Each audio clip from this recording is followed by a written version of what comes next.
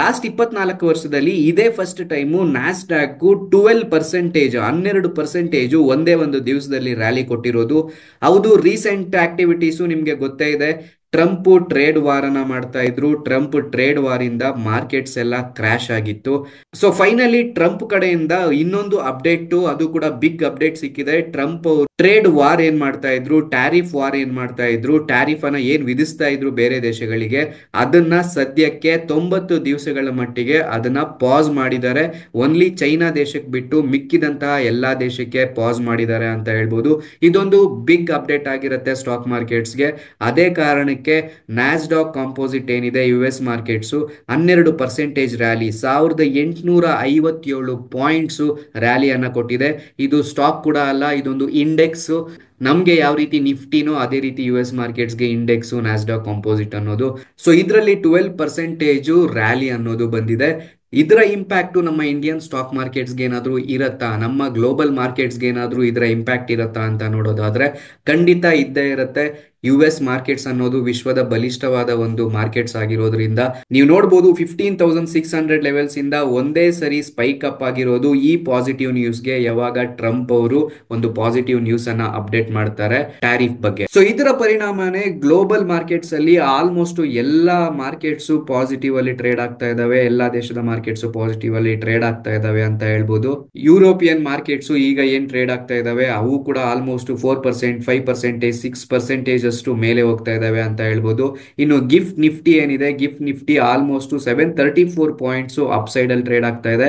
ನಿಮ್ಗೆ ಗೊತ್ತಿರಲಿ, ಇವತ್ತು ಮಹಾವೀರ್ ಜಯಂತಿ ಪ್ರಯುಕ್ತ ಮಾರ್ಕೆಟ್ಸ್ ಕ್ಲೋಸ್ ಆಗಿತ್ತು.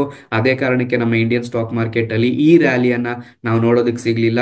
ಇದರ ಇಂಪ್ಯಾಕ್ಟ್ ಅನ್ನೋದು ನಾಳೆ ಸಿಗೋ ಚಾನ್ಸಸ್ ಇದೆ. ಇದರ ಇಂಪ್ಯಾಕ್ಟ್ ಏನಾದ್ರೂ ಇದೇ ರೀತಿ ಗಿಫ್ಟ್ ನಿಫ್ಟಿ ಪ್ರಕಾರನೇ ಮಾರ್ಕೆಟ್ಸ್ ಏನಾದ್ರೂ ಒಂದು ರ್ಯಾಲಿ ಕೊಟ್ರೆ ಆಲ್ಮೋಸ್ಟ್ ನಾವು ಎಕ್ಸ್ಪೆಕ್ಟ್ ಕೂಡ ಮಾಡದೇ ಇರೋ ರೀತಿ ಗ್ಯಾಪ್ ಅಪ್ ಓಪನ್ ಆಗೋ ಚಾನ್ಸಸ್ ಇರುತ್ತೆ. ಒಂದು ರ್ಯಾಲಿ ಬರುವಂತಹ ಚಾನ್ಸಸ್ ಜಾಸ್ತಿ ಇರುತ್ತೆ ಅಂತ ಅನ್ಕೊಂಡಿದೀನಿ. ಸೊ ಇದೆಲ್ಲದಕ್ಕೂ ಕಾರಣ ಒಂದೇ, ಡೊನಾಲ್ಡ್ ಟ್ರಂಪ್ ಅವರು ಟ್ಯಾರಿಫ್ ಅನ್ನ ಡಿಲೇ ಮಾಡಿರೋದು. ಸೊ ಹೌದು, 90 ಡೇಸ್ ರೆಸಿಪ್ರೋಕಲ್ ಟ್ಯಾರಿಫ್ಸ್ ಪಾಸ್ ಏನಿದೆ ಇದೊಂದು ಬಿಗ್ ಬೂಸ್ಟ್ ಅಪ್ ಆಗಿರುತ್ತೆ ಸ್ಟಾಕ್ ಮಾರ್ಕೆಟ್ಸ್ಗೆ. ಎಲ್ಲರೂ ಕೂಡ ಒಂದು ಭಯದ ವಾತಾವರಣದಲ್ಲಿದ್ರು ಇನ್ವೆಸ್ಟರ್ಸ್ಗೆ. ಈ ಟ್ಯಾರಿಫ್ ಇಂದ ಏನಾಗತ್ತೋ, ಟ್ಯಾರಿಫ್ ವಾರ್ ಏನಾದರೂ ಆಗತ್ತಾ, ಟ್ರಂಪ್ ಇನ್ನು ಏನೇನೆಲ್ಲ ಮಾಡ್ತಾರೆ, ಇನ್ನು ಏನೇನೆಲ್ಲ ರೂಲ್ಸ್ ರೆಗ್ಯುಲೇಷನ್ಸ್ ತರ್ತಾರೋ ಅಂತ.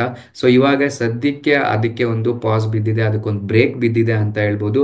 ಟ್ಯಾರಿಫ್ ವಾರ್ ಇಂದ ಏನಿದ್ದಾರೆ ಟ್ರಂಪ್ ಅದಕ್ಕೆ ಕಂಪ್ಲೀಟ್ ಆಗಿ ಯೂಟರ್ನ್ ನೋಡಿದ್ದಾರೆ. ಸೊ ಅವ್ರಿಗೂ ಇವಾಗ ಗೊತ್ತಾಗ್ತಾ ಇದೆ ಗ್ಲೋಬಲಿ ಈ ತರ ನಾನು ಒಂದು ಟ್ಯಾರಿಫ್ ವಾರ್ ಅನ್ನ ಸ್ಟಾರ್ಟ್ ಮಾಡಿದ್ರೆ ಅದು ನಮ್ಮ ದೇಶಕ್ಕೂ ಒಳ್ಳೇದಾಗಿರೋದಿಲ್ಲ, ಓವರ್ ಆಲ್ ಆಗಿ ನಮ್ಮ ಗ್ಲೋಬಲ್ ಮಾರ್ಕೆಟ್ಸ್ಗೂ ಒಳ್ಳೇದಾಗಿರೋದಿಲ್ಲ ಅಂತ.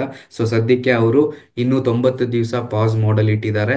ಈ ಪರ್ಟಿಕ್ಯುಲರ್ 90 ಡೇಸ್ ಅಲ್ಲಿ ಎಲ್ಲಾ ದೇಶದ ಜೊತೆ ಅವರು ಮೀಟಿಂಗ್ ಮಾಡಿ ಎಷ್ಟೆಷ್ಟು ಟ್ಯಾರಿಫ್ಸ್ ಹಾಕ್ಬೇಕು, ಏನ್ ಮಾಡಬೇಕು, ಟ್ಯಾರಿಫ್ಸ್ ಹಾಕ್ಬೇಕಾ ಬೇಡವಾ ಅನ್ನೋದನ್ನ ಅವರು ಡಿಸಿಷನ್ ತಗೊಳ್ತಾರೆ ಅಂತ ಕೂಡ ಹೇಳಿದ್ದಾರೆ.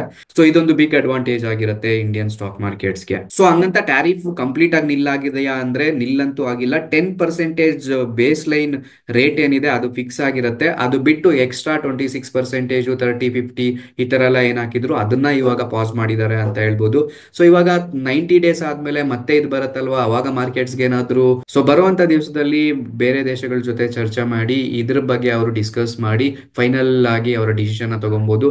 ಇದರಲ್ಲಿ ಅವರು ಟ್ಯಾರಿಫ್ಸ್ ನ ಕಡಿಮೆ ಮಾಡಬಹುದು ಅಥವಾ ಟ್ಯಾರಿಫ್ಸ್ ನೇ ತೆಗಿಬಹುದು. ಸೊ ತೆಗೆದು ಬಿಟ್ರೆ ಅಂತೂ ತುಂಬಾ ಅಡ್ವಾಂಟೇಜ್ ಆಗಿರುತ್ತೆ, ಅಥವಾ ಕಡಿಮೆ ಮಾಡಿದ್ರು ಅದು ಕೂಡ ಒಂದು ಅಡ್ವಾಂಟೇಜ್ ಆಗಿರುತ್ತೆ. ಸೊ ಇನ್ನು ಎರಡನೇದು ಟ್ಯಾರಿಫ್ ಏನಿದೆ, ಚೈನಾ ಮೇಲೆ ವಿಧಿಸಿದಂತಹ ಟ್ಯಾರಿಫ್ ಅವರು ಯಾವುದೇ ಕಾರಣಕ್ಕೆ ಹಿಂತೆಗೆಯಲಿಲ್ಲ, ಅದ್ರ ಬದಲಿಗೆ ಜಾಸ್ತಿ ಮಾಡಿದ್ದಾರೆ. ಆಲ್ಮೋಸ್ಟ್ 125% ಅಷ್ಟು ಟ್ಯಾರಿಫ್ ಅನ್ನ ಜಾಸ್ತಿ ಮಾಡಿದ್ದಾರೆ.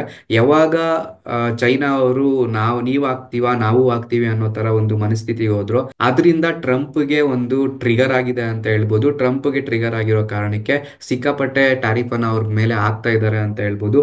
ಸೊ ಓವರ್ ಆಲ್ ಆಗಿ ಇದು ಟ್ರೇಡ್ ವಾರ್ಗೆ ಒಂದು ಅನುವು ಮಾಡಿಕೊಡ್ಬೋದು ಅಂತ ಇದ್ರು. ಬಟ್ ಬೇರೆ ದೇಶಕ್ಕೆ ಇವರು ಟ್ಯಾರಿಫ್ ಅನ್ನ ಹಾಕದೇ ಇರೋದು ಯು ಎಸ್ ಮಾರ್ಕೆಟ್ಸ್ ಜೊತೆ ಬೇರೆ ದೇಶಗಳು ಅವ್ರ ಜೊತೆ ಕೈ ಜೋಡಿಸುವಂತ ಚಾನ್ಸಸ್ ಜಾಸ್ತಿ ಇರೋ ಕಾರಣಕ್ಕೆ ಇವಾಗ ಚೈನಾಗೆ ಅದೊಂದು ಡಿಸ್ಅಡ್ವಾಂಟೇಜ್ ಆಗಿರುತ್ತೆ. ಸೊ ಚೈನಾಗೆ 34% ಒರಿಜಿನಲ್ ಟ್ಯಾರಿಫ್ ಇತ್ತು, ಅದು ರಿವೈಸ್ಡ್ 125% ಹೋಗಿದೆ. ಇನ್ನು ಯುರೋಪ್ ಯೂನಿಯನ್ಗೆ 20% ಇಂದ 10%, ವಿಯೆಟ್ನಾಂ ಇರ್ಬೋದು, ತೈವಾನ್ ಇರ್ಬೋದು, ಜಪಾನ್ ಇರ್ಬೋದು, ಎಲ್ಲ ದೇಶಗಳಿಗೆ including India, Switzerland, Indonesia, Malaysia, United Kingdom, ಯುಕೆಗೆ, ಸೌತ್ ಸೌತ್ ಆಫ್ರಿಕಾಗೆ, ಇಸ್ರೇಲ್, ಬಾಂಗ್ಲಾದೇಶ್ ಈ ರೀತಿ ಎಲ್ಲಾ ದೇಶಗಳಿಗೂ ಅವರು 10% ಅನ್ನ ಫಿಕ್ಸ್ ಮಾಡಿಬಿಟ್ಟಿದ್ದಾರೆ. ಸೊ ಇದರಿಂದ ಏನಾಗುತ್ತೆ, ಟ್ರೇಡ್ ವಾರ್ ಅನ್ನೋದು ಕಡಿಮೆ ಆಗುವ ಚಾನ್ಸಸ್ ಇರುತ್ತೆ. ಸೊ ಇದೇ ಕಾರಣಕ್ಕೆ ವರ್ಲ್ಡ್ ವೈಡ್ ಮಾರ್ಕೆಟ್ಸ್ ತುಂಬಾ ಅಂದ್ರೆ ತುಂಬಾ ಪಾಸಿಟಿವ್ ರ್ಯಾಲಿಯನ್ನ ಕೊಡ್ತಾ ಇರೋದು. ನಾಳೆ ಕೂಡ ನಮ್ಮ ಇಂಡಿಯನ್ ಸ್ಟಾಕ್ ಮಾರ್ಕೆಟ್ ಅಲ್ಲಿ ಒಂದು ಪಾಸಿಟಿವ್ ರ್ಯಾಲಿಯನ್ನ ಎಕ್ಸ್ಪೆಕ್ಟ್ ಮಾಡಬಹುದು. ಸೊ ಹೋಪ್ ಈ ಇನ್ಫಾರ್ಮೇಶನ್ ನಿಮಗೆ ಯೂಸ್ಫುಲ್ ಆಗಿರುತ್ತೆ ಅಂತ ಭಾವಿಸ್ತಾ ಇದ್ದೀನಿ. ಇದೇ ರೀತಿ ಸ್ಟಾಕ್ ಮಾರ್ಕೆಟ್ ಆನ್ ಟೈಮ್ ಇನ್ಫಾರ್ಮೇಶನ್ಗಾಗಿ ನಮ್ಮ ಚಾನಲ್ ಅನ್ನ ಸಬ್ಸ್ಕ್ರೈಬ್ ಆಗಿ ಈ ವಿಡಿಯೋಗೊಂದು ಲೈಕ್ ಕೊಟ್ಟು ಪ್ರೋತ್ಸಾಹ ನೀಡಿ.